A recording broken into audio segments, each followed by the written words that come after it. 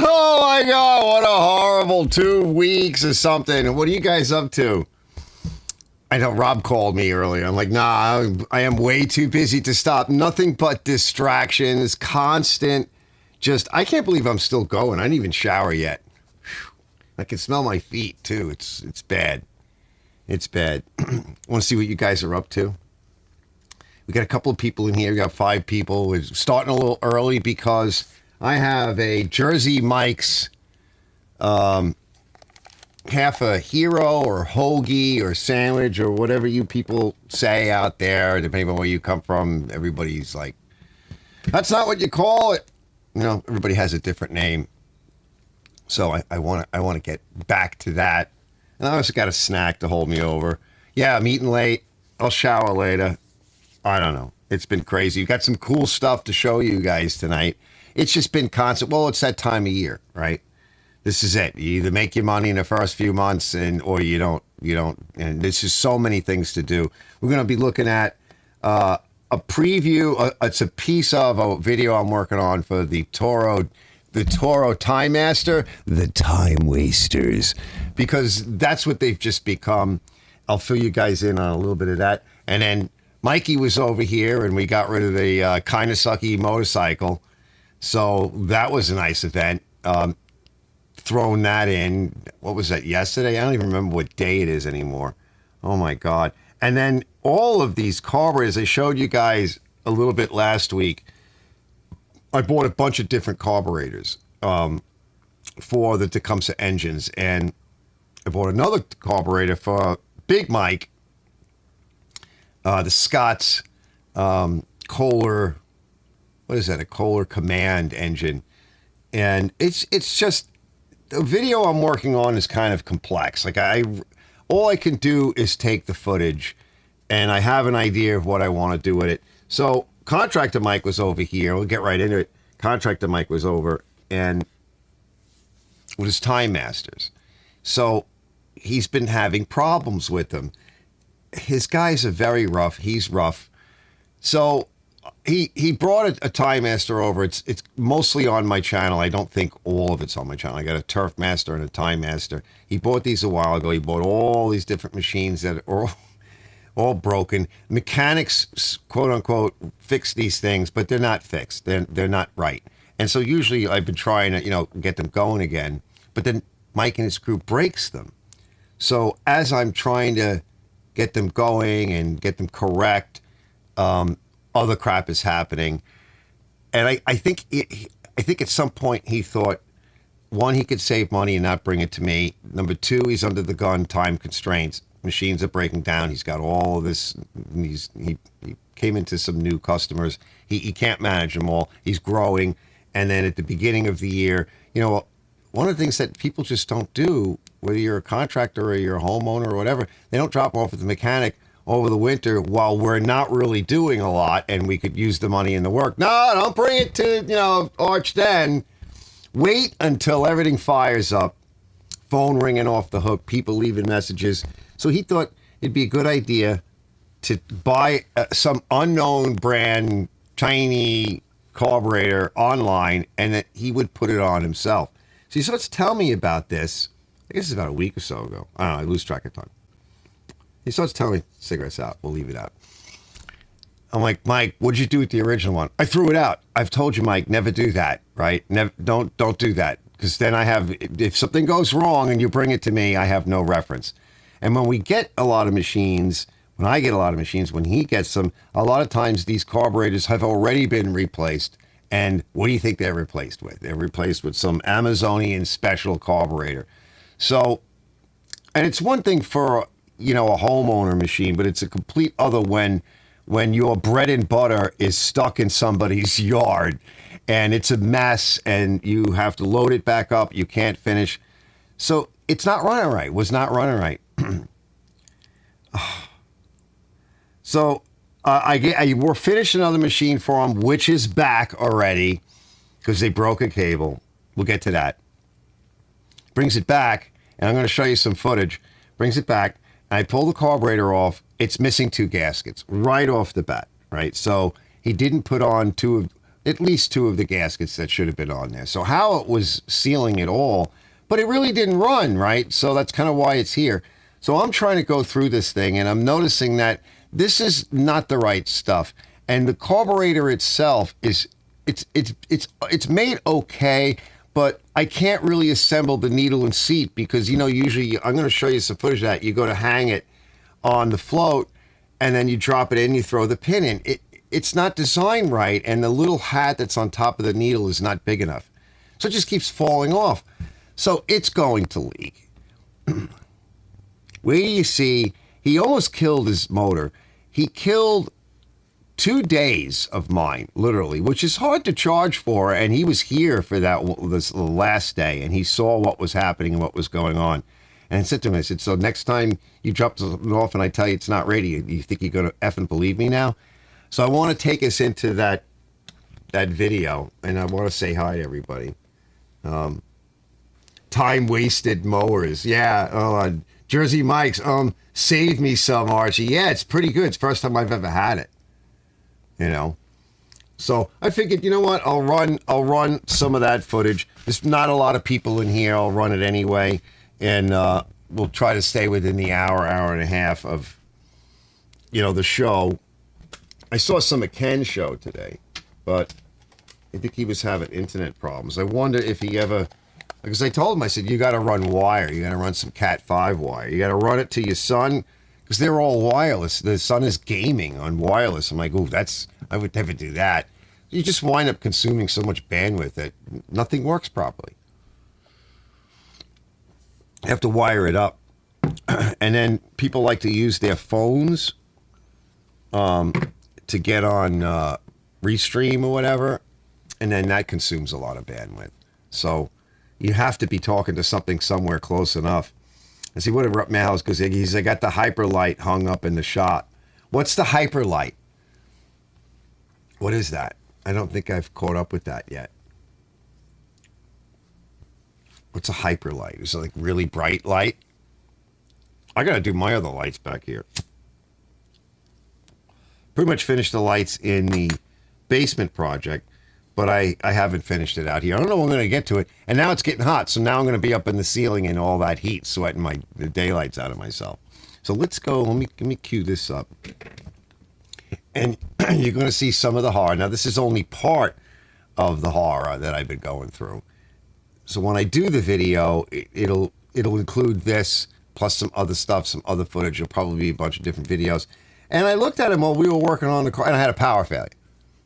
All right, so while I needed my air compressor, it just wasn't available until later that day. So I said to him, I said, you see what's going on with this stuff.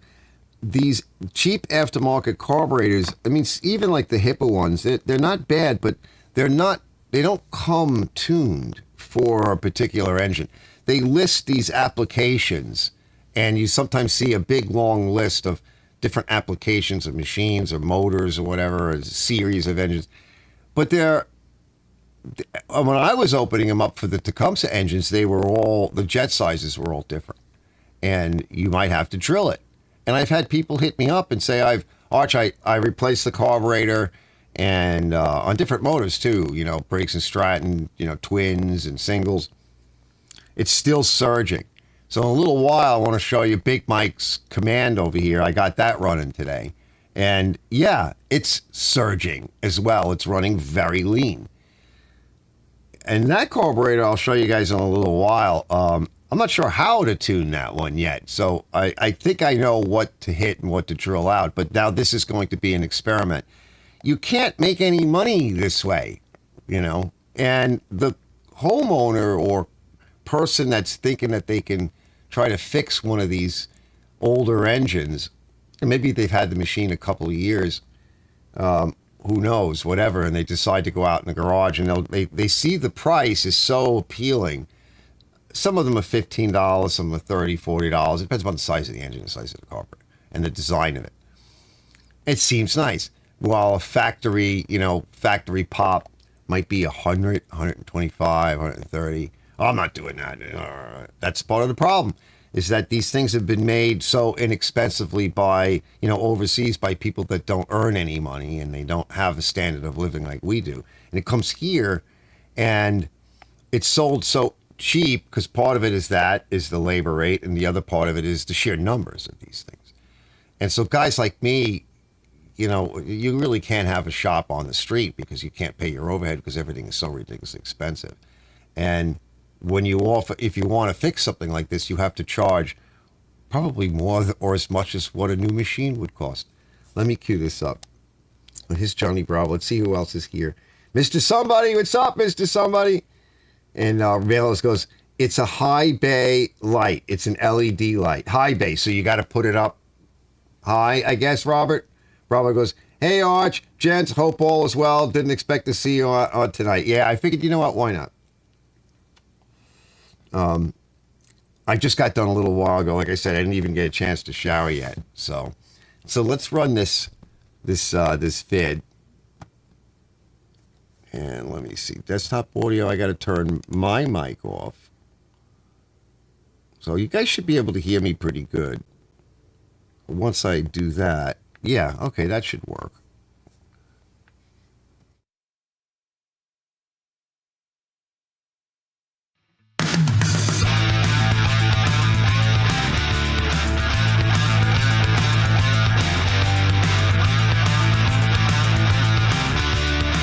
I said I wasn't going to set a camera, but this is just too precious.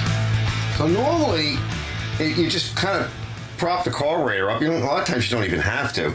And you hang the needle.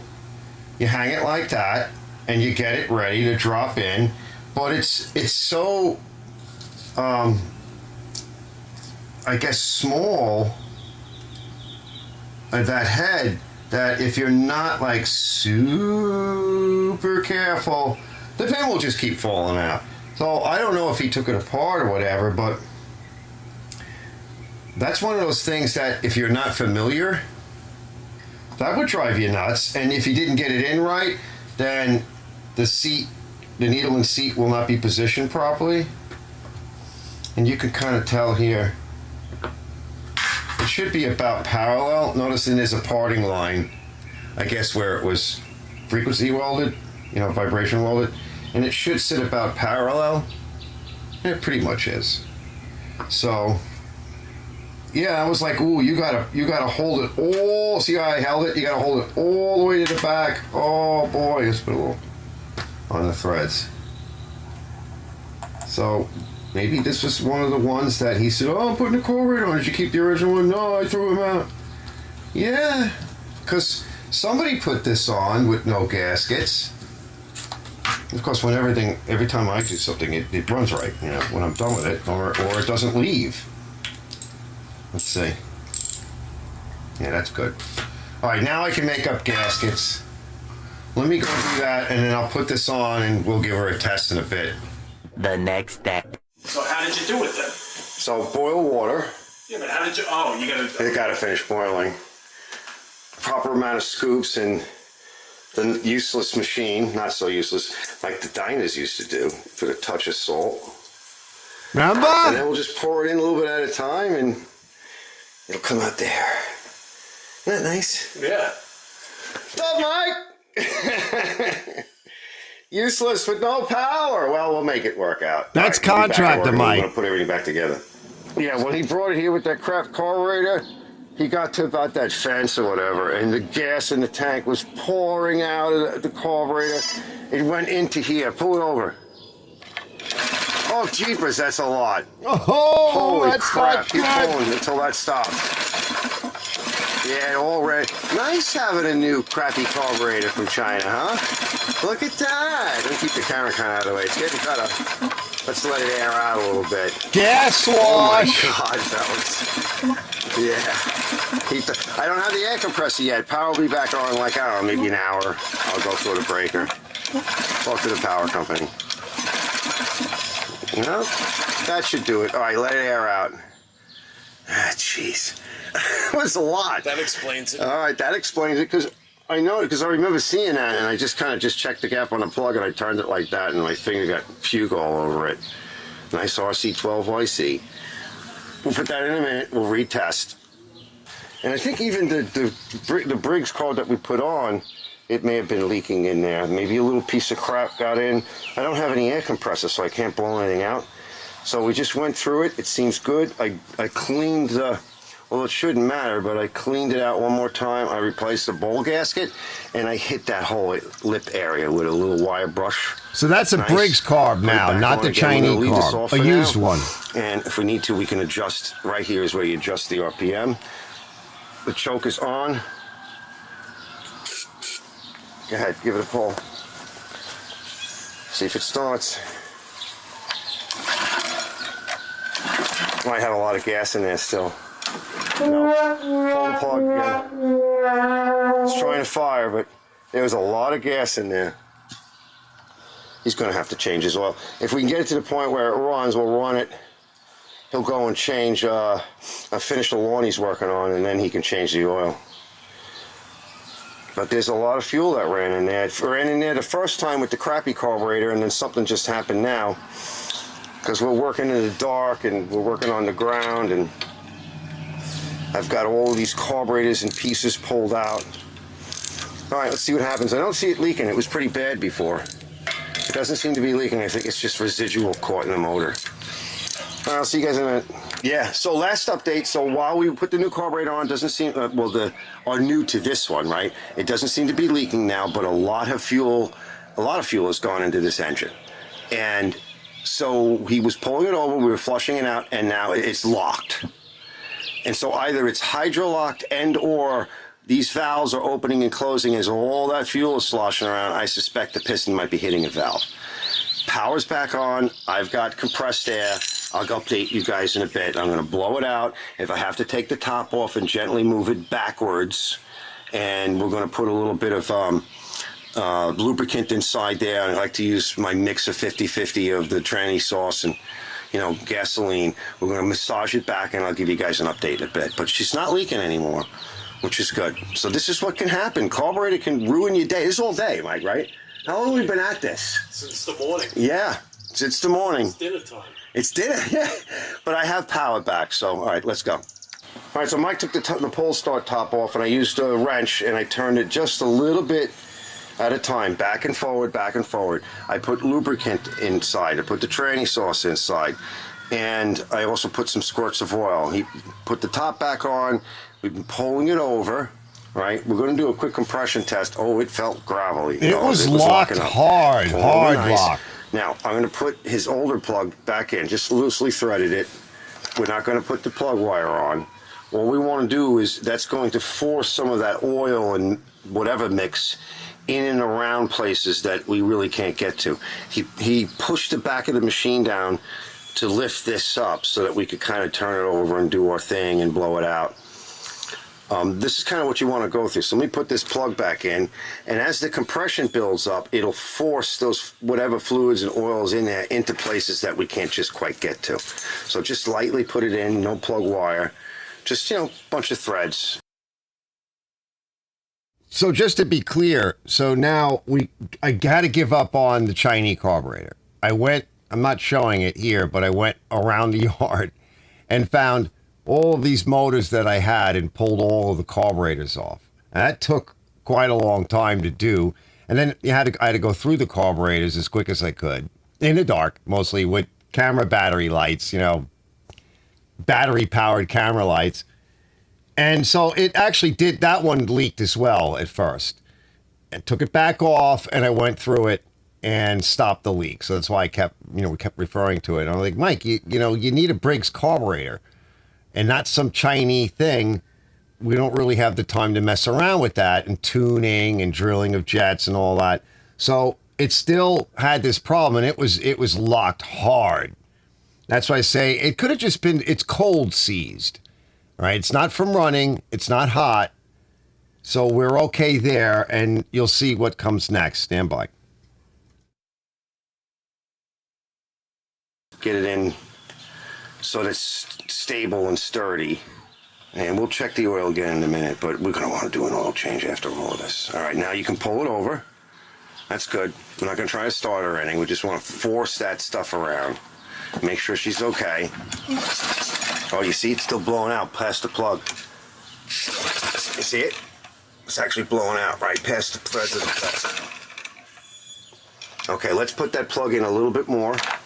I don't want to damage it.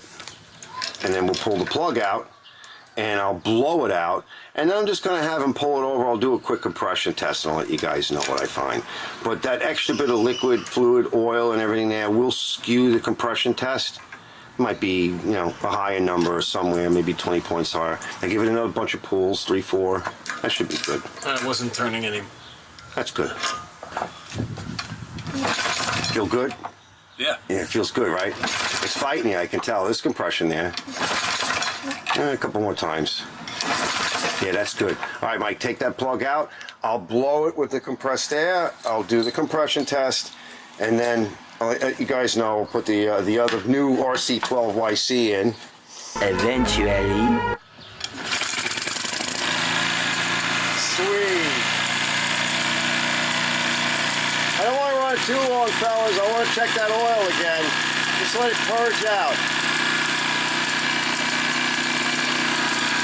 What's that little tapping sound? This? Yeah, no. Sometimes it's this stupid thing. Pull the blades in.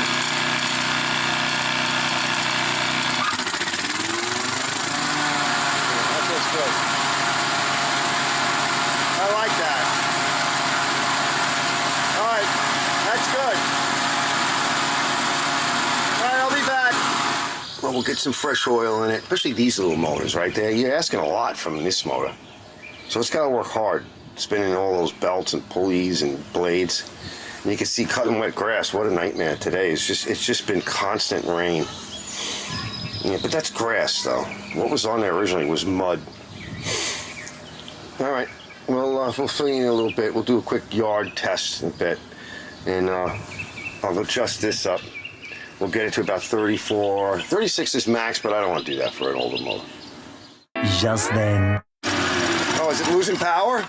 Yep. It's doing that still? I tried to let it go so that way it would go back. Yeah. Start it again. Let's see. Another problem. Now pull it in slow. A little bit at a time.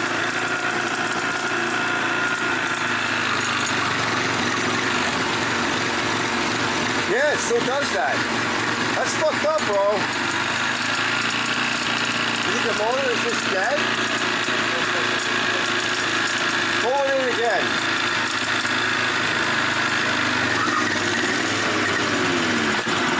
Yeah, that's it. So let me see what's going on. All right, I'll fill you guys in a minute. All right, let's go do a test. All right, hold on. I'm coming back. Stand by. I'll explain what the heck is going on.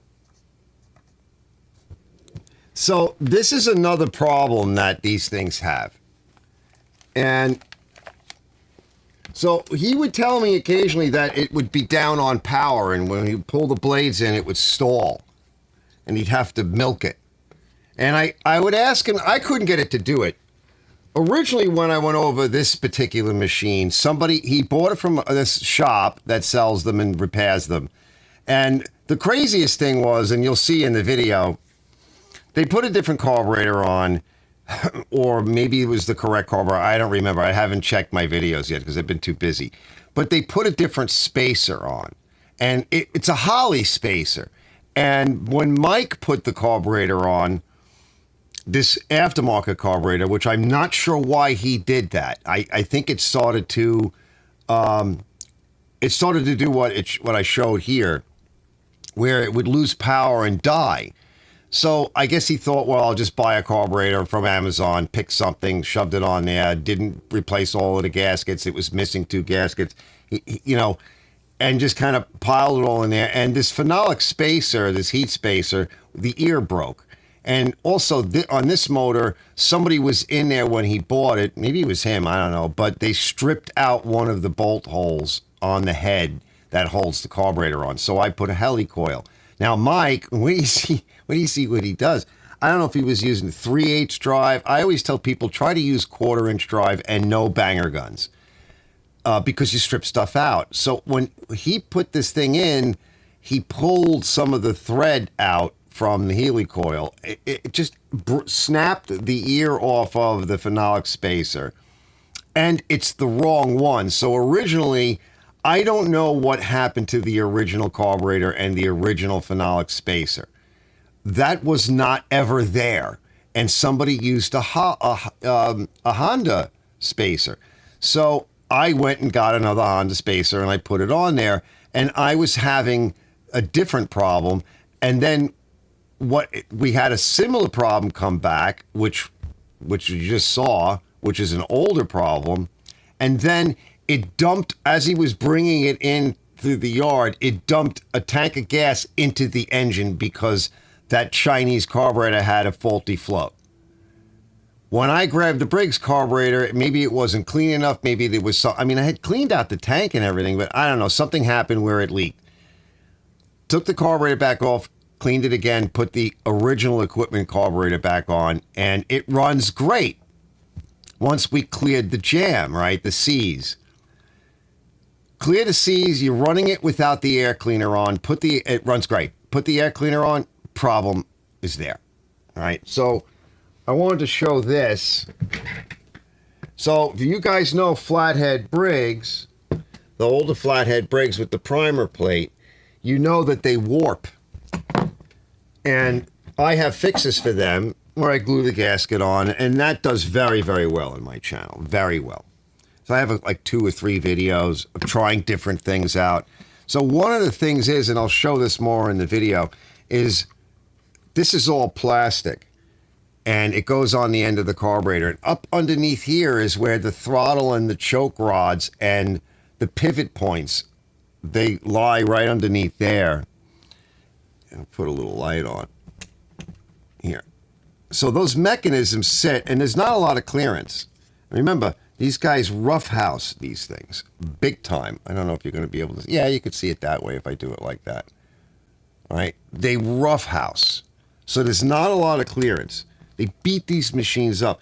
And just from age and the heat, this warps and falls down. It goes down this way. And it will sit on top of the choke assembly. So if it's cold, what can happen is the choke won't come off. And then you'll get a bog. Or the choke can get stuck on partial, and you'll get a bog. Either way, if the choke gets stuck open, you can't start it. And if it's cold, you're going to get some kind of a bog. And you saw it shut off. It just died. You take this off, it runs fine. I'm like, so Mike, there's nothing wrong with the carburetor. You know, it's not an aftermarket. Again, it's the Briggs carburetor. There's nothing wrong with the engine. Everything is running fine. I did the valves, I don't know, a season or 2 ago. We don't have to do them again. That's not a problem. I've gone over the whole machine. It's this. And it's also, I don't know what to tell you to do. I had a whole bunch of these, right? And we're playing swapsies. Also, this here, you may see it. There's actually like a little piece there. I know it's not really great lighting, but you see that little piece? It holds up the fuel hose. And on a lot of the pressure washer engines, I think maybe even originally on these, if you notice on this engine, I used one from the pressure washer, and the fuel line comes from outside and wraps around. Toro started just bringing the fuel line back here. So this is like Briggs did this really on the Toro model. So this is a transition piece. You could probably get a new one, but they're all plastic. So we found one that worked, and you'll see the rest of that in a minute.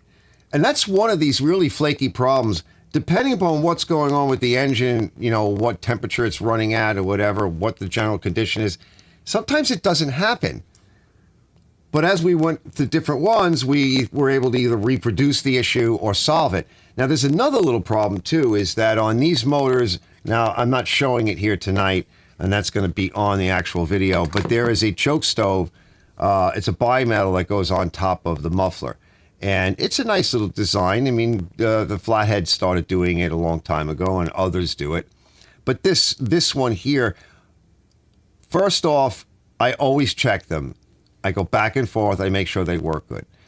Sometimes I'll put a little bit of lubricant, like a heavy lube or something down in there, and I'll work it because there's a lot of junk that builds up there. If it gets dirty in that area, it won't work properly. But, when I'm done cleaning the engine and the machine, I go over all that, make sure it's functioning, and then a final test and a little bit of lube. What can happen to them is they get weak or the rod is bent. But I check all that. I check the choke angle and all that. This one might be getting a little weak. So I said to him, you may want to either take it off another engine or just buy a new choke stove. And thirdly, he doesn't tie his machines down properly, so they get damaged. He uses bungees on the back of the trailer with heavy machines, and some people, I guess, just don't understand, physics and inertia and mass. And the front of the muffler, and I show this, but again, not here, it got peened over, the whole part, right? It got peened over. It was like half of the opening. And the cage guard that goes around the muffler, it got bent. And I said, that could also be part of your problem, is that I don't see it on the choke stove because it sits inboard of the engine more, and it's right next to the head and the bolts go through. I said, but, you may just want to change it. So between this and the choke stove, you may see on any one of these motors in any of the applications, especially for something like this, it's not a contractor's machine. If you look at the engine and the manual and all that, it's not really a contractor's machine. It's a high-end homeowner, very nice TimeMaster. The TurfMaster is where you get into, the correct usage because it's made heavier. But these machines are light. They're very maneuverable. They are powerful. They do a very nice job. They cut well. They're 30-something inches wide or whatever they are. I forget. So they get a lot done fast. And like I said, they're very maneuverable. One day I was using one of those, and then I went and used the TurfMaster, which is a much heavier machine. And as much as I like the TurfMaster better, for me it was harder to move around because you have to pull it backwards. And you want to dive underneath bushes, you pull it back. You go, and if you've got a long row and they sort of move in and out, it's hard to finagle through those areas. It'd be easy to go just get a different machine and do those areas. The TurfMaster is very heavy, and it really just wants to go straight. And if you have to pull it, move it around, it's a bear. I'll give it to the TimeMaster for being lighter and more maneuverable. But let's keep going. Hold on, I want to show you guys the rest. And then we're going to get into what Mikey and I and everything else is up to, which is just crazy. I do not recommend that you do this at home.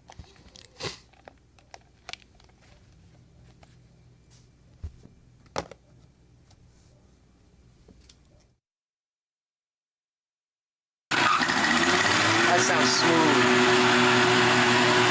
Oh yeah, she's running real smooth. Yeah, she's cutting the lawn nice. Sounds good. I'll let him do the lawn thing real quick. Yeah, she's cutting nice. It sounds great. That's how it should be. Oil's changed. So I'll fill you guys in. It's two problems. One of it's also the housing itself. If I do the outro, we'll get into that. Yeah. That plastic housing, just like on the old Briggs 190cc's. Yeah. As soon as this stuff gets old, it's problematic.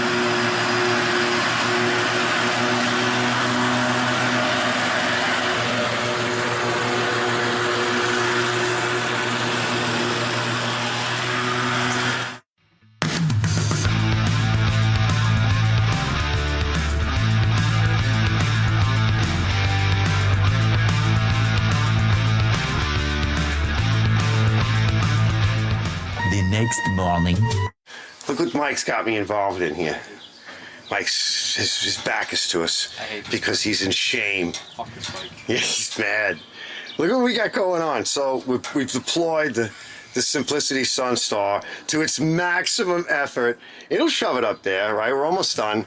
And then we got this hokey rig. He's like, put oil down. It's all over my yard. And from yesterday, my fucking lawn is shot. We got this rigged up. We can move this over a little bit maybe, but it's under tension. I'm gonna go shove it right now and we'll see what happens. And I get to sing the Diesel Creek song, which is, remember, you guys remember, you may not know it, but it's look at me and you'll see a world of OSHA violations. I don't sing it as good as him, but this is total violation. All right, we gotta go. We'll be back in a minute. Well, results don't lie. Tractor did good. See the craziness going on here? We rigged all of this up. There's my oil stain, and then from yesterday is a gas stain from the Toro TimeWaster. So he's just kind of getting it in and tying it down. And the old Bertha, Big Bertha, did good. All right, we have a few more things to do. And he's gone. Dog is mad. He bit me. That's what I mean about these damn dogs. He's getting old, he's shot, he's mad. See you later, brother. I'm gonna go wash his butt off. He threw it out! Rinse my hand off. There it goes. See you later. Alright, fellas. Between the past 3 days of the Toro TimeMaster TimeWaster, this guy's almost done. I got all this crap out. I gotta get back to it, and everything keeps coming up. So Mikey's out, he's happy. Mess in here.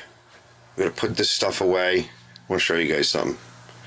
So I gave him a motor, a Takumi motor, and I gave him a body and a 3.5 Briggs for a project he's working on. Help him out a little bit. Doggy's washed, he bit me, yeah, of course. Bastard. Bit me good too.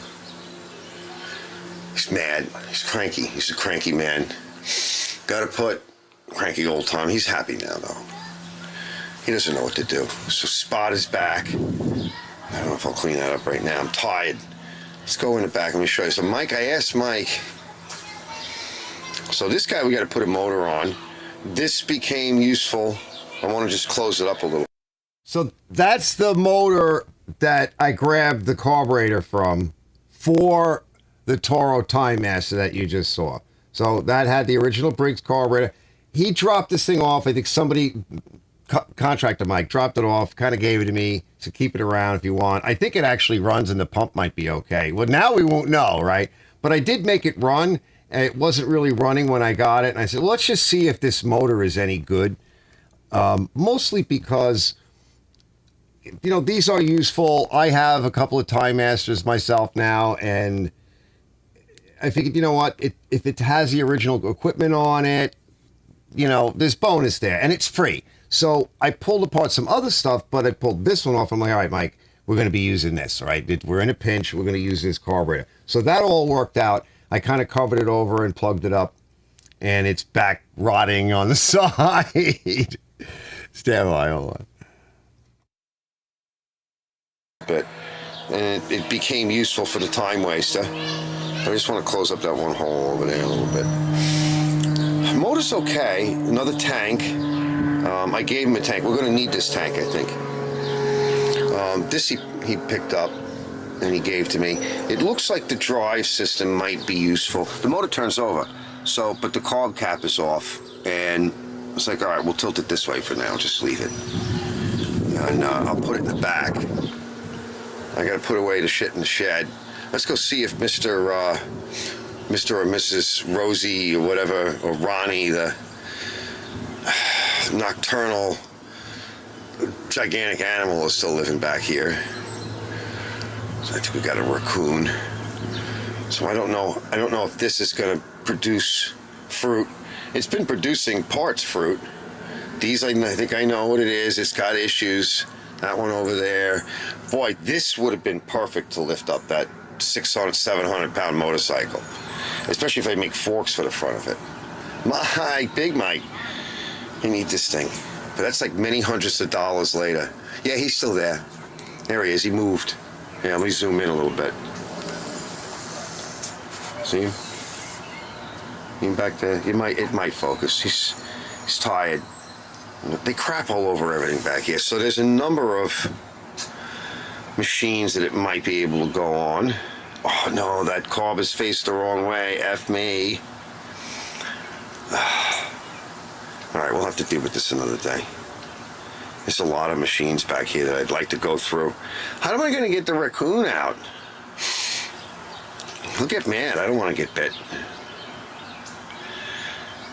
I'm going to ask my sister. She'll probably know. We got these here. More time wasters here. That one over there. Yeah, this would have been nice. This would have been nice. Just would have lifted it and put it right on his bed. I told him that was we basically realized, like I said, bro, it's also my fault too. We really are not ready for machines like that. We have no way of moving them and dealing with them when the front brakes were stuck. So we freed them up a little bit so it could just move a little. All right, let me go put stuff away. It's over here. Yeah, Mikey set me up with this thing I've been neglecting. I need to get this thing running. I need it. Right, that might be Mikey set me up with. This I got to get finished too to get back to my sister. Good still working, Cat pump is definitely leaking. Do we have fluid in it? Yeah. Doesn't leak much. Yeah, she was about that red line there, so. All right, let me put this stuff away. Do this first. So this is the other time waster. Missing belt, which I took off over there. We stole some stuff off of it. And then as soon as I gave this back to the fellas, right, to Mike, look, he had it working for a day. I gave it back to him. He had it working for a day. They burned the belt out. We have to check on that again. Put the belt on, and then he just dropped it off, and they did this. All right, so I mentioned that I made this truss, okay, like bridge truss, whatever. Yeah, bridge truss to hold the cables in, and I tied everything back nice. But yet somehow, I think because it's the way they get it caught, either on bushes or the way they transport stuff, they're really rough. They throw these machines around, they throw them in the back of SUVs. I don't know how much you can see of this, but I think I got an idea. We'll order the cable, but I think I got an idea to get him back. So I told him, I said, you gotta wait now. Because now that the bike is gone, which is nice, bonus feature, but you gotta wait now. I'm like, I gotta get this off my table. Mike needs this back. He's waited long enough, right? So balancing, between everybody that needs stuff. It's dark in here. Fridge is working, by the way. I got that nice fridge. Nice. So we have microwave, fridge. We just need toaster. I think I have a toaster oven downstairs. And a toilet and a shower. And I'm living here full time. Yep.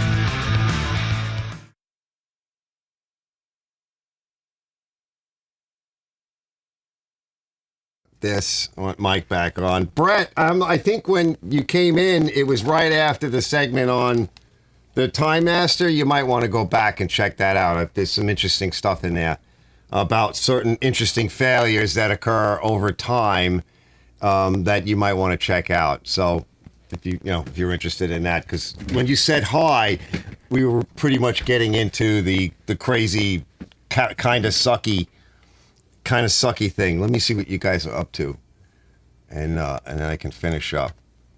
Oh, I want to move. Hold on. Let's move you out. Need my glasses. What do I do with them? On the top of my head? Where did I put them? I don't know. Are they on me? What do I do? I put them down somewhere. I can't see anything now. My eyes are getting tired, and I'm kind of shot. Let's see. Let's pop out the chat.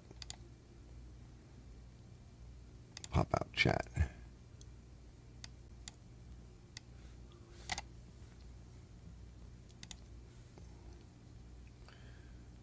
Oh, split screen. Yeah, we can do that. That'll work. I'm in the right spot. Yeah, close enough. Let's see. Follow the geese. Time wasted mowers. I got the Hyperlight. It's a high bay light. Robert says, hey, odd gents, whatever. Didn't expect to see it. Yeah, I am tired. That's why I'm leaving a little bit. Really busy this time of year, you know. Bud says, Arch. Brett says, hi. Yeah, I think, Brett, I think when you were, which said hi, it was like, you missed that whole part of the segment. He says he just used his TimeMaster tonight, got the yard looking great. Not bad for a free mower. Robert says, hello, Brett. Hi, Robert, long time no see. Yeah, it's been a while. Malha says, Mater goes, hello, all. Robert says, hello, Mater. Bud says, Arch, you forgot to turn off YouTube. No, I'm leaving them on now. Because, you know why? Because, why? Why would I turn off the commercials at this point? They're on, like, moderately low. I get such low views. It's, you know, buy me a cup of coffee, you can have a commercial on, right? And, you know, I don't even get that many views on my live. Like, lives, I get more views afterwards. I might as well just not do a live and just make a video, because then they'll get viewed and I'll make some money and, you know, it'll add to the channel. The live shows actually take away from a channel. When people don't come and they don't participate, it hurts your channel. It's like, if I do a video a week on a live and it gets no views, and I do a video every week just on regular, so that means 50% of everything I do is crap. Because only the pre-recordeds that I release every week, you know, they do something, but all of the lives suck. So there's no point in wasting your time in doing it, right? I just do it because I enjoy it, but I'm like, you know what? I'll leave the commercials on. If people get annoyed, they can not watch. Like, they don't watch anyway, so, you know, I'm not losing anything. You know, he goes, Brett goes, new kitty in the house now, orange girl. Robert says, Walker, take off. Walker, take off? Are you taking off? Is the plane leaving? Bravo goes, careful, Brett. Folks going to start calling you crazy cat lady. Yes, with his pronouns and all. My cat's still doing good. I hung out with her like late last night. I was so tired. I got up in the middle of the night. So she wanted more food because now her kittens are getting big. So she needs to eat more, you know, because she's a little cat and she's feeding big things. 3 of them too. Brett goes, by the way, Roxy isn't scared anymore. She's hanging out on the cat tree as we speak. Nice. See, yeah, it takes time. I think my little cat, it knew it was pregnant. Like, we didn't know. It wasn't showing or anything, but they don't gestate long. It knew, and it picked us and realized it needed a nice, safe place, however that works inside a cat brain. And it was like, I found victim. And of course, my daughter is just perfect for all of that because she's hanging on the door and, you know, the front door, and she's peeking in the house and showing up every night. So she found place to have kitten. Morrison goes, hey. Bud says, makes sense. Yeah, and I have it on like the lowest setting, and you could just cancel it off. And I know Johnny Bravo doesn't care because I think he bought that package where you don't see commercials. You know, you pay a little bit of money and you never see commercials, and we still get paid and everybody else gets paid, but you don't ever have to deal with commercials. Which I think is pretty cool. Yeah, like I get more views like on the lives later, but that's only like a day or so. And then it's dead. It's just dead, right? So it's crazy. Like the YouTube game is stupid. So now even on mics, so I bought, the whole point of these car videos and everything is to show people that, like some of the people have said to me, Arch, I put a new Carb in, it's still doing the same thing. Yeah, because it's not tuned. You're buying aftermarket garbage. I just bought a nice HIPAA. Now, I can get them for free. No, I want this one. And I'm running Mike's command, and it's lean as all hell. So who pays for that? So the customer does, not Mike so much, but anybody, right? So if you want to do a carb repair, you have to do a carb on a machine. And you tell the customer it's another $150 just for the carb. But it's an OE carb, right? And you put the carb on and it runs. Well, they pay for that, all right, if you can get them to pay for it. Most people will say, I'm not doing that. I can get another lawnmower for $150, $200. Yup. So now they go and they buy, or you buy a knockoff Carb. Let's see, this is Ken. Yeah, you went early. No, I went on at 8:30. Ken goes, you went early, we're at the diner. Hold on, I gotta clear my phone. So you buy an aftermarket Carb, and it runs okay, but it needs to be tuned. Now you spend all that time, your time, to tune it, make sure it's right, so it leaves. So you pay for it, the mechanic. It comes out of your pocket. And that's why I say this game, most of this game is done. It's over. This whole game of you can't make any money. And this goes to another conversation. So after Mike was here with me all day, I had already put time into that machine because it needed other repairs because they broke other stuff and it needed service, right? So I already went through all of that. He gets the machine back, has this problem, brings it back. He's like, help, I'm down, I got nothing left. I'm working with a 21-inch fucking lawnmower, I got all these lawns. He's got guys he's got to take care of. So he goes through this whole day and he goes, holy shit, Arch, this is a lot. All of this tuning and all of these pieces everywhere and then the problems all day long. He goes, I mean, I'll cover you on some of it, a lot of it, but this is a lot. I said, now you see. And I said, I'm not going to poke into your business affairs. But I'm willing to bet that whatever you pay your workers to go and cut a lawn, if you look at the time that we spent here and that I spend or when I fix and the prices I give you, they make more than I do. He goes, they do make more than you do. I said, that's right. The guy that cuts the lawn, just the guy that you hire, that pushes the mower around, makes more than the guy with the infrastructure and all of the talent and the knowledge and the experience. And that is a story I've been telling since Clinton and NAFTA and GATT and how all of this was going to happen. And there's a lot of reasons for it, but it's here. And I said, that's why you don't see guys like me owning stores. We can't own a store. You won't even find guys like me around. And when I went to sell this place, my real estate agent came here, the guy that helped me buy this house all those years ago. He's still in business. He's looking, he goes, John, nobody does what you do here. Nobody has, it's like very rare. He goes, maybe an auto mechanic, but they don't even sometimes have them at their own house. They'll buy a rental unit. They'll put people in the house and then they have a garage that they might work out of on the side. But that's cars, right? So this stuff, there's no money left in any of it.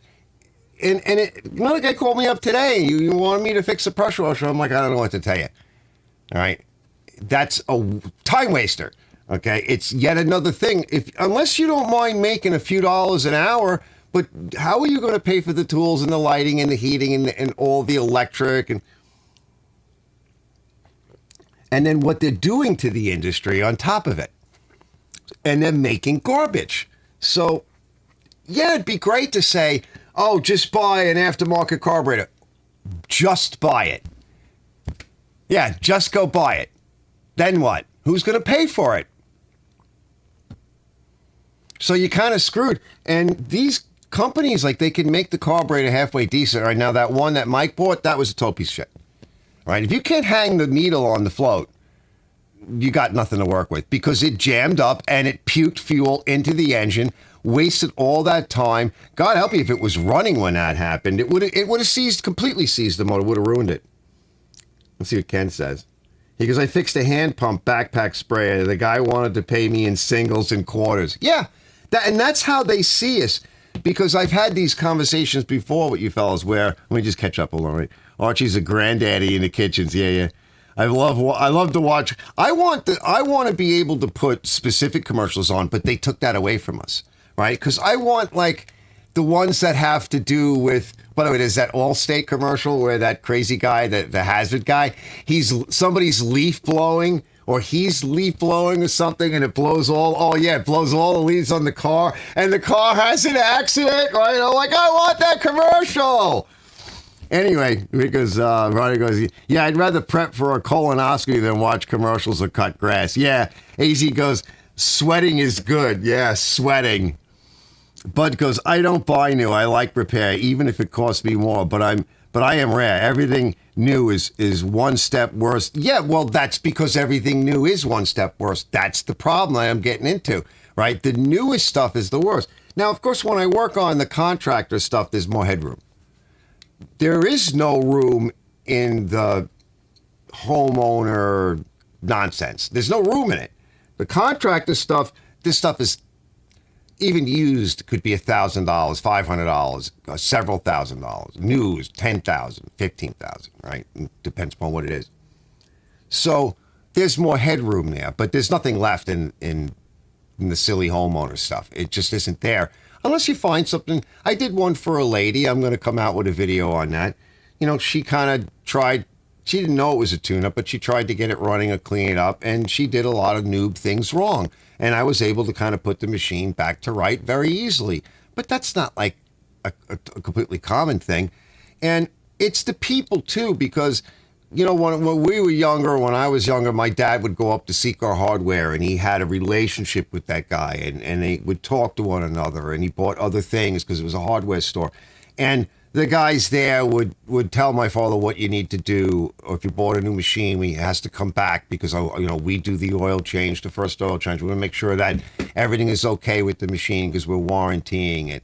You don't get any of that with Home Depot. You know, there's no coaching, there's no guidance, and so there's no. It's for over a generation now, for many, many years, 20, 30, 40 years, people don't even know that was a thing that existed, or they may have forgotten it. And so they don't really even realize that there's somebody that they used to or could have gone to, because there isn't anybody around that really does it. And then you have to make a relationship with that person. So they're looking at it like, I don't need a mechanic. They don't really even exist. I'll just go buy another machine, and it's cheap enough. I'm not going to listen to some mechanic, probably like a used car salesman. He's going to rip me off.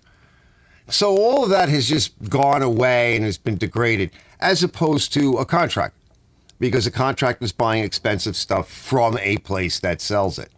And hopefully they have some good mechanics there. Not all of them, but hopefully.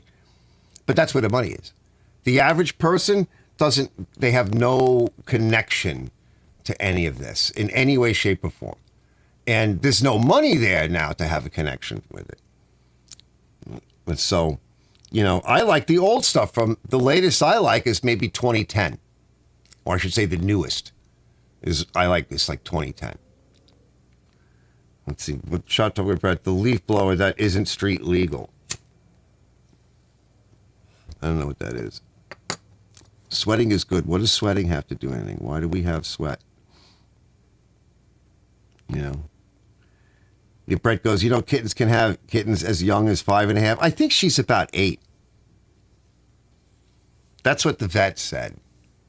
Christina's in California somewhere, so she'll be back next week. I got another busy week. But, you know, like with Mike, I got to tune this thing. I think, is this the carburetor? Hold on, I'll go get it. He kind of butchered it. And then he bought it from somebody, so they kind of butchered it.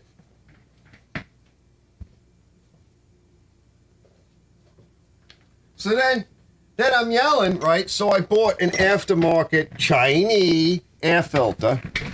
Oh, where's the other air filter?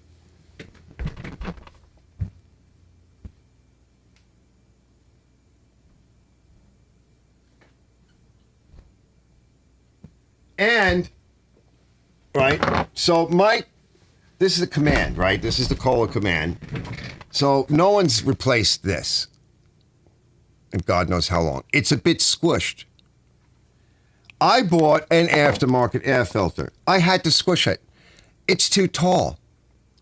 It will not go on. It will not fit in that. It'll fit in the housing, but the bolt that comes up isn't long enough. So I had to squish it. Then I put an aftermarket fuel filter on. It leaked. I had to take it off, throw it out. Like, you can't buy this stuff. It's just a time waste. How long should it take to put a filter on? How many times do you have to do it on the same machine? You can't make money. So this bowl got all beat up. Now, it did leak into the engine, so the engine oil is all over me. It's all over my shit because it's basically just gasoline and oil. It's like two-stroke. But this is a Walbro carburetor, and I don't think there is any way, and of course nobody ever has the proper tools, so they grab this part with something and try to twist it off. I think that the main jet on here, let me grab that light, is on the side. Where's Big Mike? He goes, hey, I love that machine. It's a nice machine. He loves it, but he mistreats it. Right? He says he loves it. That's like all the women that said, but I love you. No, you don't. You know, you love to hate is what you love. You don't love me. You don't love me. Let's see if I can see it. I think the jet that we drill is on the side. I'm sorry, fellas. Because, can you see it? I know this isn't really the place for it, but it's right there. There is no other jet. That's all emulsion tube, and you ain't taking that out. It's pressed in. On both carburetors. So, what else can I do?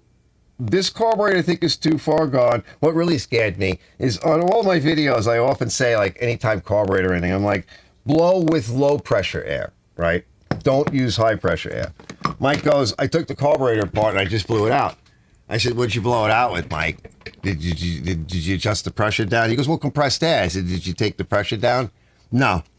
What, it was like 90, 100 something PSI. He goes, yeah, and something, I saw something shoot out. I don't know if it was from the carburetor or something. Oh, no. Oh, no. So, you know, I may be able to go back to this carburetor, but I figured for $40, yeah, the carburetor was a little expensive, $40 for a cheap Chinese. Now, it seems to be okay. It's not leaking or anything, but I'm going to put a drill in it. And if it gets better, I'm going to keep drilling it, and then I'll know that that's the spot to drill this style carburetor. But if this was kept nice, this would be a nice carburetor. Now, I don't know, Walbros are expensive. You can go buy a new Walbro. I don't mind. He can buy that. You know, I don't mind. You know, but then you're back into the engine again, right? You're not done. So you got to do an air filter twice and mash it up, or you got to buy it from somebody else because you can't buy this stuff. You look at the stuff that's online, and sometimes they give you drawings and stuff. You know, they give you actual, you know, mechanical drawings sort of in the picture. They give you the sizes and everything. I think that's important. What was that thing that he said to me? He goes, there's bandages under the seat. LOL, I have faith in you. There's no bandages. What is he talking about? Mike says things to me and it goes right over my head. See what Bud says. Yeah, I don't know if you could see that. I can't. It's hard to show things. Plus, I have this text window up. What does Bud say? Brett goes, a lot of times at the big box stores, it's kids for summer jobs trying to sell the product, but they don't know anything about it. Yeah. Yup. And the people don't. They don't know any. You can't really blame them. Bud says, he says, I bought my 21-inch snapper AR from Full Service Snapper Shop. Yeah, in 2000. Wow. I hit a stump 1 year later. Yeah, I hate that. And my snapper guy put a new crankshaft in it. Yep, the relationship was wonderful. Yep, but you pay for that, but I think it's worth it. But there's not that many places around. It's not like years ago, you know, and you got to be brand specific. Well, now they're selling power trash, power more, less power, no more power, you know. I'm actually having a hard time coping with this new America. Tell me about it. By the way, the air turntable snapper is AIR still running and cutting. All right, I got to pee. Hold on, real quick. We haven't done this in a while, so I'm just going to put the pee later. I'm not going to be long, but I got to pee. And you guys don't want to listen to me pee, so you could listen to her pee. Her pee. Her peas. Her pee. Where is she? Where is she? Is she still here? There's the pee lady. Did I get rid of the pee lady? I shouldn't have. Intro Spring Live. Heated camera. Right monitor. Someone for listening. Horny single guy. Oh, here she is. Would be the end of the world. Let's see. Let's make sure we got... I can mute. Well, I don't have to mute desktop audio, but we'll mute it anyway. You guys just got to tell me to turn things on. I want to show you something. Let me show you something here. This is classic. So I got to fix this for a fella. Let me find it. Oh, you're over there. Let's put you back there. Let's put you here. Move you there. And it's back a few days. So there's going to be a lot to that TurfMaster, TimeMaster thing. Here it is. There's going to be a lot to it. The only thing I don't like is now I have to click this mic on, which is stupid. I don't like this other input, this extra input. But when I show I got to remember to turn this off, or otherwise it'll echo. Let's hit the next one. So, story behind this, guy calls me up and says, you know, can you help me out? And he's a younger fella, about 40. He's just bought a house. Borrowed the rototiller from a friend. The guy kind of went over the whole rototiller. So everything looks like this, right? He's meticulous. This is a nice shot. I think this has got good headroom and everything, and the lighting is okay. It's not too glary. So this will probably be the thumbnail. Okay, we don't need that. Go away. All right, let me come back. So that's the motor. All right, now I got to turn off this. Right, so there's no echo. And let me move this out of the way. And levels are okay. So the fella wanted to fix it in his apartment, like on the kitchen table. So in other words, he ran the machine. It ran fine, then it didn't run so good. He says he thinks there's points in it. I don't know. I'm not going to argue. But the guy knew a lot. Like when I was talking about like drilling jets and other stuff, like he understood a lot of what I was saying, and he was able to add to it. So like this guy knows, he probably could fix it himself. It's not running right. He says it's running, well, it's probably running lean, right? Or whatever. I don't know if it's a carb issue. I have the rebuild kit and all that. We'll put it up on the table and run it. It's got gas in it. We'll run it, see if it farts and kicks and what it does. And then I'll go in and I'll carefully kind of go through everything, maybe pull the carb. These things they're not fun to pull the carbs apart and the tanks off on these machines. This is the least fun version. We'll go in, we'll look at the ignition system and figure out what's going on with it and see if we can fix it. I got to get it back to him because his attitude is I borrowed it from my friend. It was running good. I used it, but then it wasn't running good anymore. And I don't want to give it back to him like that. Now, that's a man I like. I think you all can agree. All right. So he's willing to pay me. And he's like, I wanted to do it. He's like, but you know, my wife, we just moved in. The house is a fixer-upper. I need to go over the bathroom and there's the walls and cabinets. And I'm like, I hear you, bro. So that's where he's at. So I'm going to try to fit that in this week. So after Big Mike's machine is done, I want to cut my lawn with Big Mike's Scots. So once I get it running good, I just change the oil. And once it's running good, I'll lube up on Big Mike's track. I got to lube up some areas that I can see have not seen lubricant. And one of his wheels is falling off. And then we'll solve that, and then I'll put it down on all fours, and I'll go cut my lawn and test it. And if it passes muster, I'll put all the stupid panels and everything. This thing's got a lot of panels that you take off. So I got those two jobs, primer, and I got a doctor's appointment. Oh, let's see. I'm supposed to write this down, too. Let's see while I'm here. Do I have it? Where is it? Doc gets mad. The docs, they don't believe me when I tell them. Let's see. We'll do it live, and then I'll get out of here. I'm going to do blood pressure. Exciting on live. What numbers is Art going to pop? Let's see. What's this? I got to put my glasses on. Is that Big Mike? And then Mike can have it back. I need to test it, though. What did he say? Big Mike says, drive it until the wheels. No, they're off on. You won't be able to steer once that thing plunges into it. Mike has a nice lawn, so he's not going to like it when the wheel falls off and plunges deep into and ruts his lawn out. He's not going to like that. Yeah, then what? No, I'm going to take a look at that. Because it's got those stupid plastic bushings. I was talking about that last week. Once again, they make this nice beam in the front. You got a cast iron beam. What's wrong with this thing? Why is it like folded around the wrong way or something?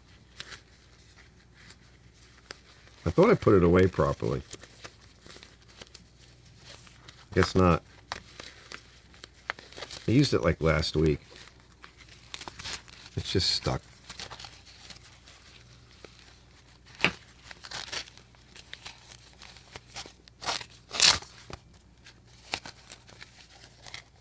It feels like it is the wrong way. Yeah.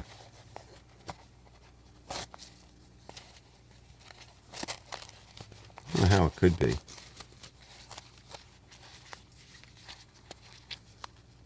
it go like that?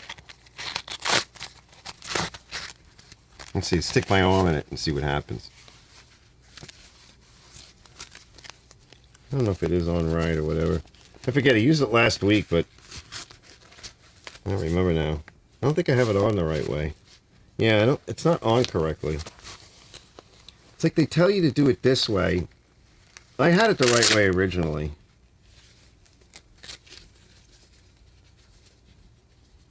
Yeah, Mike's not gonna like it if it busts the lawn. Because then Mike will have to fix it.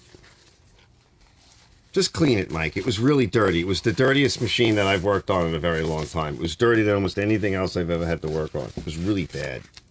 I think it goes like this. Yeah, something like that. Yeah. Press it. Let's see if the batteries are any good. There it goes! See what happens. Oh, sit still. Stop fooling around. I don't think you're supposed to smoke while they're doing your blood pressure. Actually, I don't think that matters.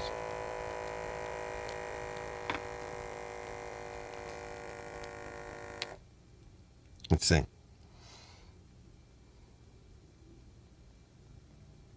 I gotta write this down.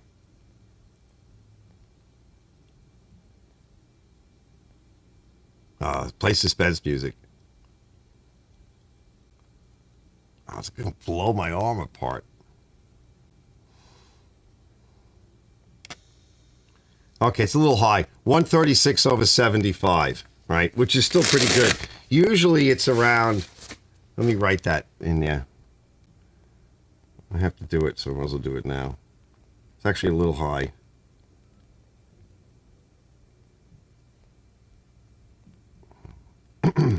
There's my notes. Folders. Yeah. What did they say? 136?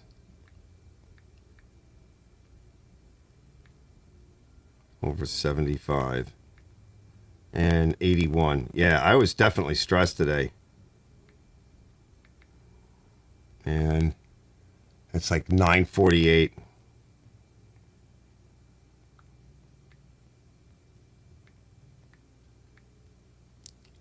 $5.17.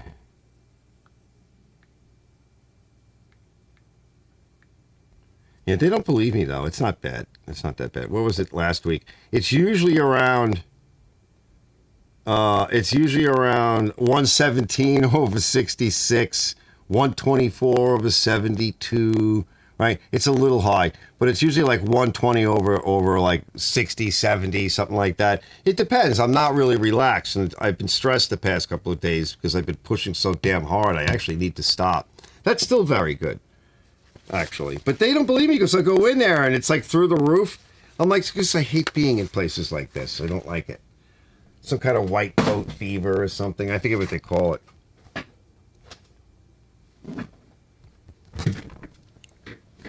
Yeah, that's not terrible. Let's see. Hold on. Brett goes, I hereby promise the next video upload to my channel will be something shop related and not videos of Roxy. Yeah, I don't care about cat videos. Mike goes, it's better than mine, right?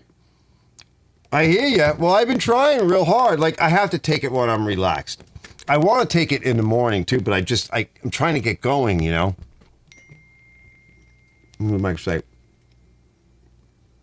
Yeah, white coat syndrome, he says. Yep. Yeah, oh yeah. Plus, when I go to the doctor, I gotta say, both of my doctors, by the time I get there, but they take me in right away. So, you know, I don't get I like to go to the doctor around 11 or so. I don't get up early. I might be up all night long, but I don't get up early. When I get up, I got to get going. I got to deal with my issues, right? My lady issues. I got to adjust my insulin. I'm usually in pain because I have that back injury, but I'm okay. And then I got to kind of eat and get all that shit together. And I want to sit down for a few minutes, and then I got to deal with the dog. Dog crapped all through the house, diarrhea, urinated. Got to get him out. He don't want to go out. You got to put a leash on him. I got bit the other day just trying to take him out. He's cranky as hell. He's not going to be around much longer. So I got to deal with that. Then I can't leave him out there, and I can't get him back in to get the van out of the driveway, open up the gates. I can't get him in. So I got to fight with that, close the gate, move the van out, close all the gates, get all my crap. And then because I'm a diabetic, I carry a bag of all kinds of goodies with me because the doctors, everybody, they freak out. You have to be able to see if you're okay. And if you're not okay, you have to fix that. And really nobody else knows how to do that. Like the dentist, they to fix my teeth, I have to go to the hospital. Even like certain simple procedures, like they don't want to touch me because they're afraid I'm going to die. They don't know what to do. Anyway. So I got to do it all that. And then it's by the time I get there, I'm almost out of breath, from running around like that. And then they take me in right away. So I'm kind of almost out of breath from doing all the stuff and running around trying to eat, get all the shit done. But I got to say though, they pull me in pretty much right away. And it once in a while happens that I don't, and my regular doctor, they're very good. They take their time. I don't know how he does it. But different people come in. Sometimes they're training. I'm like, sure, I'll let them try. They all look at my veins and they're like, oh, look at all of the veins coming out. I'm like, yeah, good luck. Why? What do you mean? I scared this one girl. She went to break when it was her turn. She goes, you don't think I can do it? I said, I'm just saying. And I guess she got upset. I'm really good at it. All right, good for you. Good for you. Nope, they can't do it. One time they took an hour and they were pushing in all over. It was black and blue. He comes in, the old guy. He's like Indian or something. He comes in, gets everything ready, comes over to me, asks me a dumb question. And before I can finish answering it, all the vials are full. Some people just have the touch for stuff, right? But, pretty decent people, nice place. So I can't complain. And my other doctors, they're pretty good over there too. So I don't complain. It just sucks, It's annoying and I hate it. And you get nervous for stupid reasons and, just weird. It's just weird. People touching you with needles and things. I remember one time I got a piece of steel in my eye, right? I got a steel splinter. And I went to the eye surgeon. I don't remember whether they're called ophthalmologist or optometrist. I don't know. Anyway, he's got this thing like looking in my eye. And then he comes from the corner with basically a needle. And he's sticking the needle into my eye, and I start laughing. And he goes, why are you laughing? I said, don't you remember when we were kids, we used to sing that stupid song, swear to God, hope to die, stick a needle in my eye? He goes, yeah. He goes, I never thought anybody would actually be fucking doing that. And that's what you're doing. You're sticking a needle in my eye. I didn't, he starts laughing. Oh, jeez. Life is weird. Brett goes, Brett has white coats. No, he has white coat syndrome. Johnny Ray goes, what did I miss? I took a shower when P Lady showed up. A cold shower, he said. Yeah. You took a cold shower with the P Lady? Why? Indian doctor, you got to continue to take your pills. Take your pills. Good stuff. Yeah, dude, the cat videos. The problem is with YouTube is like if you're a big channel, you could puke on a plate. I mean, you'll still get a lot of views. Maybe not as many as you would normally get, and people will complain. But you'll still get views. When you're a small channel, you can't do that. You have to pick one subject. It's not like when Musty and some of them first started years ago. Everybody, don't you guys remember back, what was it, late 90s? Well, I don't know, when was it? I forget. They didn't even pay you back then. And then when they started to pay YouTubers, they paid them too much, right? They didn't even know. And so they were buying houses. I remember some of the stories that YouTubers would have this money, but they would still need a loan. So they'd go to the bank and they would need a loan, for the right, because they had all this money up front, to put down on a home. But the banks wouldn't give them loan because they're like, what do you mean you're a YouTuber? What is that? No, that's not a real job. We're not giving you a loan. And they would have all these stories, right? But you could do all kinds of things on YouTube and you might actually get popular. And that's not like that now. You put different stuff on there, not going to happen. You won't get views. Because the AI doesn't know what to do with you. You know? And the algorithms, they have no idea where to put it. If you're always doing different stuff and talking about different things or whatever, the AI doesn't know what the hell to do. And the people don't either. Because what's the subject matter?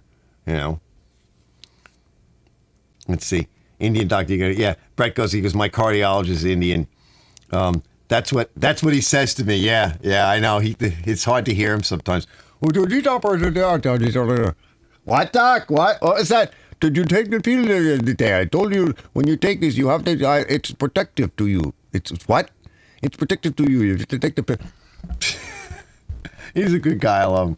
Watch the weight and take the pills. You got to take the pills. You're not the Brett, what's wrong with you? You have to take the pills. I prescribed them for you. You have to take the pills. I see you in 6 months. Stop in the office. We'll see the girls in the office. Yep. Robert goes, I'll send a picture of the light to Ken and he can send it to you. Oh, Ken can't wait to do that. Yeah. Robert's like, I sent the picture to Ken. Yeah, because Ken rushed home from diner and he's like, let me send that. It's so exciting. I can't wait. My cardiologist is Indian. Yeah, that's what he says to me. That's just funny as hell. I believe you. I believe you, Robert. I believe you. That's why I got a nice set of lights to put up in this dark area over here. I'm making a mess. I'm just making a mess. He goes, I'm very vigilant about taking my meds. Yeah, I don't take any meds. They kind of want to give them to me. I'm not taking lisinopril. I'm not doing that. All right? It's freaking venom is what it's made. All of that stuff, all of this stuff is made essentially from one of the venoms. And then once they figure out what they want to do with it, then they synthetically make it. I don't even like taking the insulin because that's not real either. It's all synthetic. It's a nightmare. Look into it. It's a horror, right? You have to fix the problem. They're not fixing anything. It'll make you worse over time. Believe me, it will, all right? Look into it. You don't want any of that shit. You have to fix the problem. So if you have issues, you should have been trying to avoid them in the first place, but there are ways of fixing the problems. They won't do it. He goes, that's one of the pills Dr. McGee has me on. Yeah, Dr. McGee. Yeah, of course. Yeah, it loosens up. What it does is it's a paralytic. It poisons the vascular system. It's a neurotoxin, and it poisons it, and the blood vessels relax, right? And it lowers your blood pressure because you're taking a toxin. I'm done with that. They said this a bunch of years ago, too, that they were going to go down that route. They were going to do it with the vaccines. They were going to do it with everything else. Everything was going to be based on some kind of toxin. And he goes, insulin is no good long term. That's right, because it's not correct. Yeah, you have AFib. So you have to fix all that. Something made that happen, but they don't correct those issues. They only treat. And the treatments are toxic. None of these treatments in modern medicine were really meant for anything long-term chronic. They are really, really good at saving your life. I've said this many times. They'll save your life, but they cannot make you healthy. They don't know how. So that's something that has to be. You don't have issues with your vascular system and AFib because you're low every day on snake venom and some other kind of venom compound that they grab out of some sea urchin in the sea or whatever. There's a whole list of this stuff. It's hundreds of different animals that they're pulling this stuff out of. And then they synthetically synthesize it because they need to make it in mass. Right, which is done by bacteria in huge bacterial tanks. And that's how the vaccines got contaminated. Because they weren't looking, they weren't paying attention to it, and it got contaminated with other DNA particles, which then incorporates into your shit. It's all bad news. Nobody's watching any of this stuff. They don't care anyway, because the money involved. They don't care. The studies are out on all of that shit. It's not good. It doesn't fix the problem. It causes other problems. You'll wind up with kidney damage. They say it protects your kidneys. I've looked at some of that stuff. You know how long the average person lives? Like if you start taking it at 40 and you die at, let's say, 60, 70, it's something like 4 hours. It's a really, really low number. Might be the best 4 hours of your life, but it's a really, really low number. And you can't challenge them on it either because they won't hear it. They won't hear it. But they won't hear anything. So I'm like, no, I'm not taking blood pressure medication. I'm not taking it. I was on it. It made me sick. It started that mucus in the throat and a bunch of other shit, which is one of the most of the side effects actually lead to the diseases. New ones. I'm so sick of it. You got to find another way. You know, but we're not trained in any of that, so. Bud goes, yeah, insulin no good. Yeah, Brett goes, I've always had heart trouble since I was born. Yeah, yep. Green tea is nice. I wish I could drink more, but I don't really like it. We've been making green tea. Sun tea is even better if you put it out in the sun. There's some other interaction that occurs with the sun that does something to the tea. But my ex, when she does it, or if my daughter does it, they put honey in it. I'm like, you're putting too much. I can't drink it now. And then if you water it down, it's not tea anymore. It's pee-pee. It's like drinking Bud Light and then urinating in a glass, right? After like 5 beers, and then you urinate. It's horrible. But he goes, I started drinking the genuine draft. That's better than PPT Light with water in it. Like, just don't, why do you have to put so much honey in it? You don't need that much. Just put a little bit in your glass. Make the tea. It takes them a little while for me to repeat this stuff before they're like, oh, okay. I'll consider another person that is in the house. I know it's easy to make it all at once, right? But I can't really drink it. Honey's good for you. I have it several times a week, but I can't just go and drink it on a regular basis. I have to be ready for it, and I prefer to use it when my sugars are low, rather than the sugar pills, you know. Yeah, he goes, it counteracts with my warfarin, makes my blood thick. Yeah, see? And, you know, that's the problem, right? So then there's other interactions, which then causes other problems. It's not meant for it. We have to find another way around it. You should be able to eat real natural foods and not have it cause a problem with a medication. You know what? There was an insulin that I was on that worked really good. They won't give it to me. I'd have to pay for it myself because the insurance isn't going to give me the good stuff that actually works. No, you pay for that. So now I use a lot less insulin than I have in a long time. I hear these numbers that people take. I would be dead in an instant. There'd be no way to recover me from that, what some of these people take. I would be dead in an instant.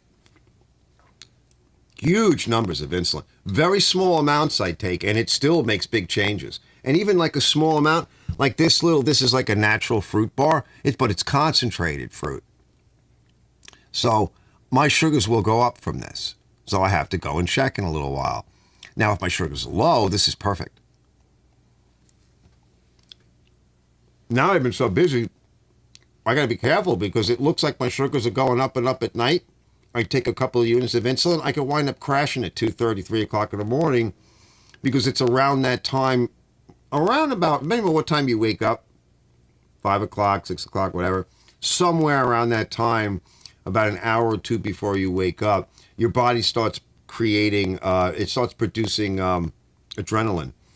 It starts to shift your body and pull you out of that stupor state where you're basically paralyzed and everything. Well, that'll drop your sugar. And for somebody like me, that would drop it too far. You die, you go into a coma. So I have to be very careful. Like, I love to eat. I'm going to eat that sandwich in a little bit. My sugars will go up. I will have to take a little bit of insulin, but what I keep finding is I have to take less and less because I'm getting healthier. I'm trying to solve the problem. I'll never completely solve it because I'm too old now. It takes like 7 to 10 years for your body to regenerate. Pretty much just about every cell in your body, but it doesn't regenerate all of them. Like, it can't put them back to the way you were when you were 40 or 10 or 20. But it will go over them and fix them. But I don't think there's enough time. You slow down, right? You get older. You're not going to regenerate everything. It takes longer. So that's just a rule of thumb, 7 to 10 years. But you could do a lot in those 7 to 10 years. You know, dilly dilly. Yeah, metformin is really toxic for you. You know, Rob goes, make ginger cinnamon tea. Yeah, Veronica still does. She eats ginger when she doesn't feel well, and it fixes her. I have a hard time eating that stuff. It is sharp. Yeah, that is a good tea. Yep. I got to start doing that because her and Christina have been they have the ginger, the fresh ginger around now. I got to force myself, ginger and cinnamon, and put that in a tea, like a green tea. I've been taking all kinds of stuff lately, but not every day, right? You spread it out. You don't want to go toxic. Like I have full blood tests. In fact, last time I went to the doctor, they did the full blood test, and I was scaring the crap out of her. She's like, well, I'll call you if anything concerning comes up. Usually they call me because usually they're concerned all the time. They didn't call me this time. Why? Because my blood pressure, I got it down. I've got down my A1C to some degree, but I keep telling them, like, I'm a diabetic now. What the hell do you want from me, right? You're not, I'm getting better with it, but I'm not suddenly not going to be one. It's like my back didn't just fix itself and suddenly I'm 40 years old prior to my back damage.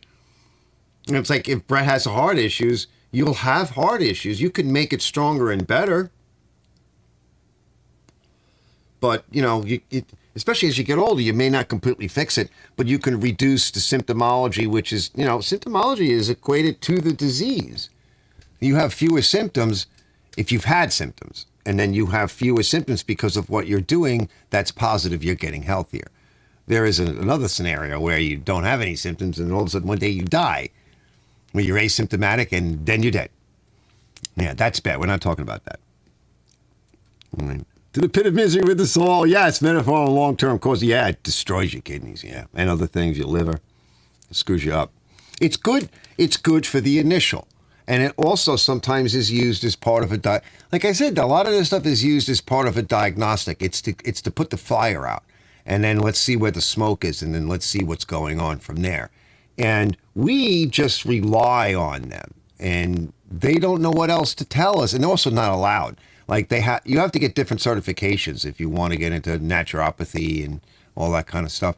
My daughter's friend over there at the, she's young. She made her own little pharmacy over there, and she's really struggling.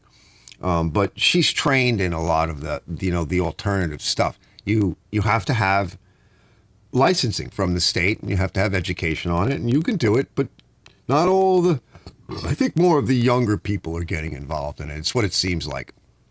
When I was younger, I had a doctor that was about my age, and most of the doctors that I had were older, wouldn't even talk this way. One of the doctors I had, he goes, he actually wound up getting a job with the boxing commission because he wanted to be the doctor for all the boxers and everything. But he would joke with me. He's like, that natural stuff is crap. Arsenics aren't natural. He was not for any of it. Robbie goes, look at Brazilian Manjaro. What's that, Rob? Is that good stuff? And what's the new one? Jardian, I think. Jardian? What's Jardian? Fill me in, fellas. Let me know what you got. Yeah, there's a lot of good stuff out there. Oh, yeah. I have a couple of books on it, too, as well. It gets into the details of it. So if you need to know the particulars and the words and all of that. But again, like I go to the doctor, and so they take blood tests. And that's one thing that people should do if you really want to get into it. You need you have to pay, usually have to pay for it out of your pocket.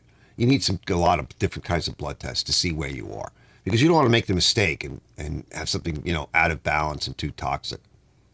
That can happen. Calcium, I've been looking into this recently. So a lot of water departments use a form of calcium, right, to treat the water. Well, we've seen that in our pressure washers, right? How it clogs them up. Well, it messes with us too. It's not just like the chlorine or whatever else. No, you would think calcium. No, calcium and iron are a problem, especially for men. I take iron once in a while, but it's not good for you. It screws up. The other thing too is it screws up the ionization, the sort of electrical stuff that goes on and between the molecules of different chemicals, right? They all are polarized a certain way. They're acid or base, and they have a certain arrangement. And if you get too far on one end or the other, base or acid, the ion exchange doesn't work right. And it's that simple sometimes. Like you can screw it up. Like, for example, if you eat just like table salt, which is garbage, right? You'll blow your potassium levels to hell. And then you'll have a fucking heart attack. So that's bad. So you can eat mineralized salt, which I do, but it's not particularly salty because it's got all these other minerals in it, and potassium is one of them, naturally occurring, and it's easy for the body.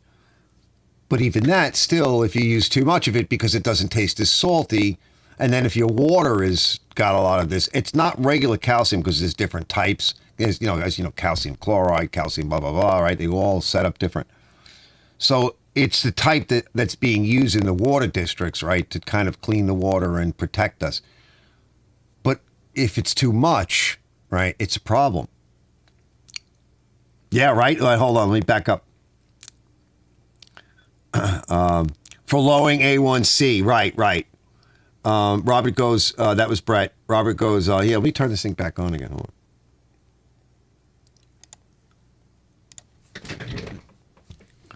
on. Because we're not this. Robert Mills because we're not the $6 million man. No, it's probably like $23.57. Walker goes natural 3 ingredient. Brett goes calcium kills pressure washes dead like Ray does to bugs. Yeah. AZ goes it's a body rest that lowers weight. Reset that is. Yeah, lowers weight. That I don't need. But yeah, depending again the blood tests and depending upon your body type and all of that stuff has to be custom tailored. I tell people don't just start taking vitamins willy-nilly. You really should look into this. I'm not a doctor. I don't prescribe anything, but you should look into it. There's suggestions. What works for me may not work for you, right? That's the other problem too that the medical system has is you come up with an idea, you pursue it, it works, you come up with a dose. Somebody else comes along, it doesn't work the same way. Next person comes along, it works almost the same way. Next person comes along, they have a major anaphylactic shock, and another person has a major shock, and they're dead. Like it's real hard. Not an easy job, Not easy to do. And then, of course, what might work for you when you were younger may not work for you as you're older. The body changes. Brett goes, I have to do last my warfarin. Basically, it's rat poison. Again, it's another poison. They use a lot of poisons. And it's really good to save your life and to, like I said, to stabilize an individual. But then you have to go in deep. And those doctors don't know how to do it. And they can't learn because they're really busy. And when the hell are they going to do that? Then they try to have a life, and a lot of them, they get divorced and all this other stuff. It's like you're not coming home from like a busy day of all of that, putting in all kind of hours in, and the kids are screaming, and your wife is yelling, or your husband or whatever, and they don't know what the hell to do, and you're never around. And meanwhile, like, I got to go to this seminar again. It's 3 days a week, and I'm going to be reading up all night, all this. Yeah, good luck with that. You can't really blame them. I'm not pushing fingers at anything. It's not easy to do. And when they're training and they're doing all their residency and everything, it's really bad. Liz tells me because she deals with the scheduling for all of like the residents and stuff. She's having to chase stuff down just to to meet appointments because especially the younger doctors, right? I guess this crop, the past, several crops that she's told me in the past like 10 years, and a lot of them come from different countries. But either way, they want to cut out. They cut out and they don't show up and they cut out. Where are they? I don't know. They're probably trying to have a life somewhere because it's a lot. It burns them out. So, yeah, they're like, she plays musical chairs all the time with them and they break the rules too. Yup, she tells me all kind of stories about how they will break the rules. Not in a good way, all right? in a bad way. So, yeah, Britt goes, I have to do basically rat poison. Dr. McGee does mission work for a few weeks a year back in it. Yeah, and they try to do stuff like that too. It's a lot of work. It's a lot.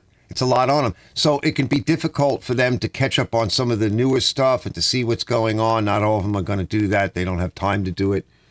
That's why it's good sometimes to see different doctors, right? I know, but a lot of us don't do that because they're out of network and whatever, and you can't, and they're not around, or they don't take you, or now they have no openings, or yeah. Oh, I have that with my pain doctor. It's very hard. And then they moved him out to Riverhead. I'm like, I'm not going out to Riverhead for this.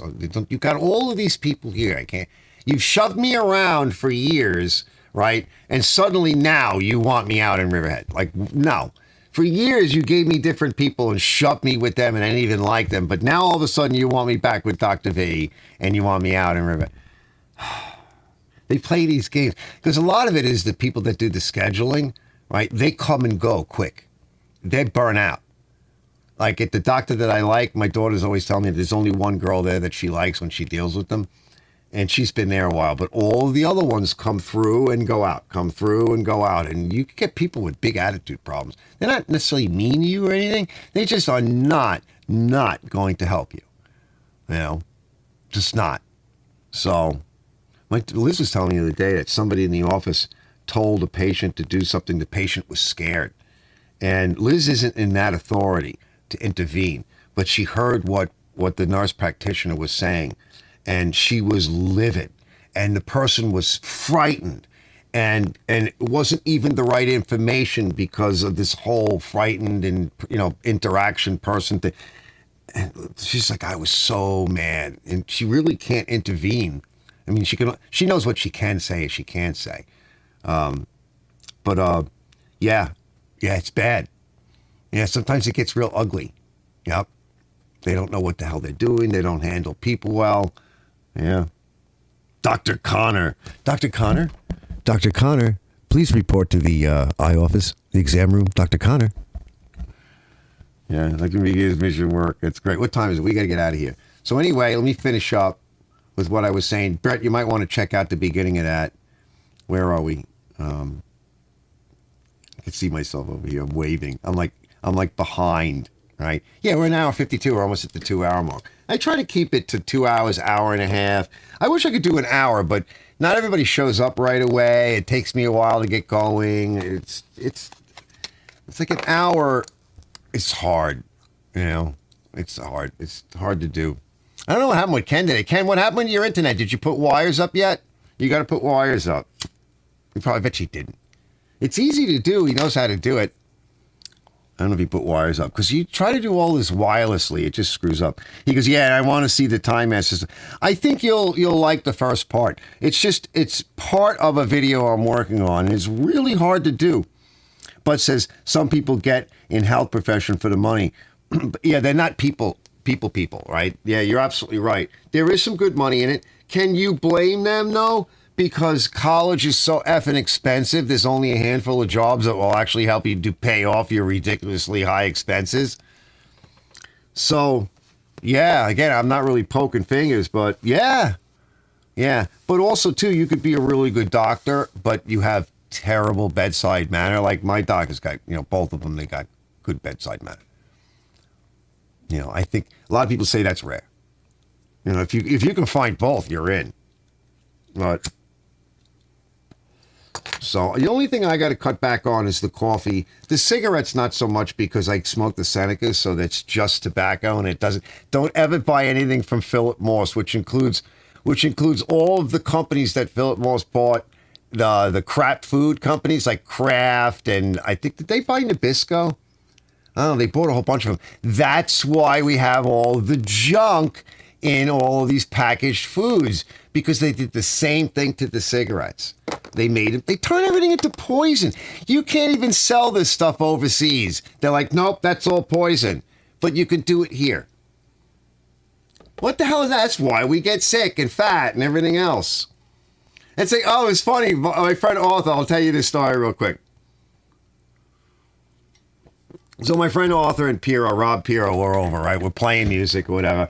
So Arthur doesn't know any of this stuff. Neither does Rob, right? They're into music, and that's about it. And they don't want to know about anything else going on in the world. But they'll comment their opinion on it, which is an opinion. But anyway, he says to me, he goes, a bunch of months ago, right, my wife brought home 3 Entenmann cakes, nice cakes, and all at once. And we're unpacking, and she puts them on the table, and she goes, hide these 2, leave one out, because the kids will just eat them, and they'll be gone in a day. Okay. So he's wandering around with 2 cakes. It's like the winter time. He's wandering around with 2 of these boxes. He's trying to think, where am I going to hide them? It's a hiding mission. So he wanders outside and to the barbecue, lifts the barbecue lid up, and shoves them into the barbecue, closes it, thinking, it's going to be a couple of months before it's nice enough out. They'll be in like a refrigerated environment. They should be fine, right? Okay, right. So anyway, the rest of the story is it got nice out a couple of weeks ago. It's nice out now, right? It's not winter weather. And he was out there working, sort of cleaning up, getting the deck cleaned off so they could start using the pool and the deck. And he went, oh, shit. I think, are those 2 cakes in the barbecue? They must be garbage and rancid. Opens up the barbecue, pulls the cakes out. They look fine. Opens them up, slices one. It's as if the day he bought it. I said, of course, Arthur. I said, all of that stuff is garbage. The canola oil. We're gonna get out of here on the canola oil tune. I'm like, it's garbage oil. You can't digest it. It's loaded with preservatives. It's poison. Nothing wants to eat it. And you shouldn't either. Like, he had no idea. I'm like, bro, where have you been? This is all a thing. Hold on. We got to do the canola oil and get out of here. Yeah, do I still have it? Yes, I still have it. Make sure that my mic goes off. Most common cooking oil is literally motor oil. Canola oil is everywhere. Restaurants, packaged foods in your pantry. This oil made from a seed was used since the Industrial Revolution. Canola oil was the solution. It was a contribution to lubricants for ship, steam engine maintenance. The U.S. built a lot of ships during World War II and needed a lot of lubricants. Canada made a bunch of this seed oil in abundance. After World War II, they had so much excess oil, what a nuisance. Too much oil. Then some finance guy said,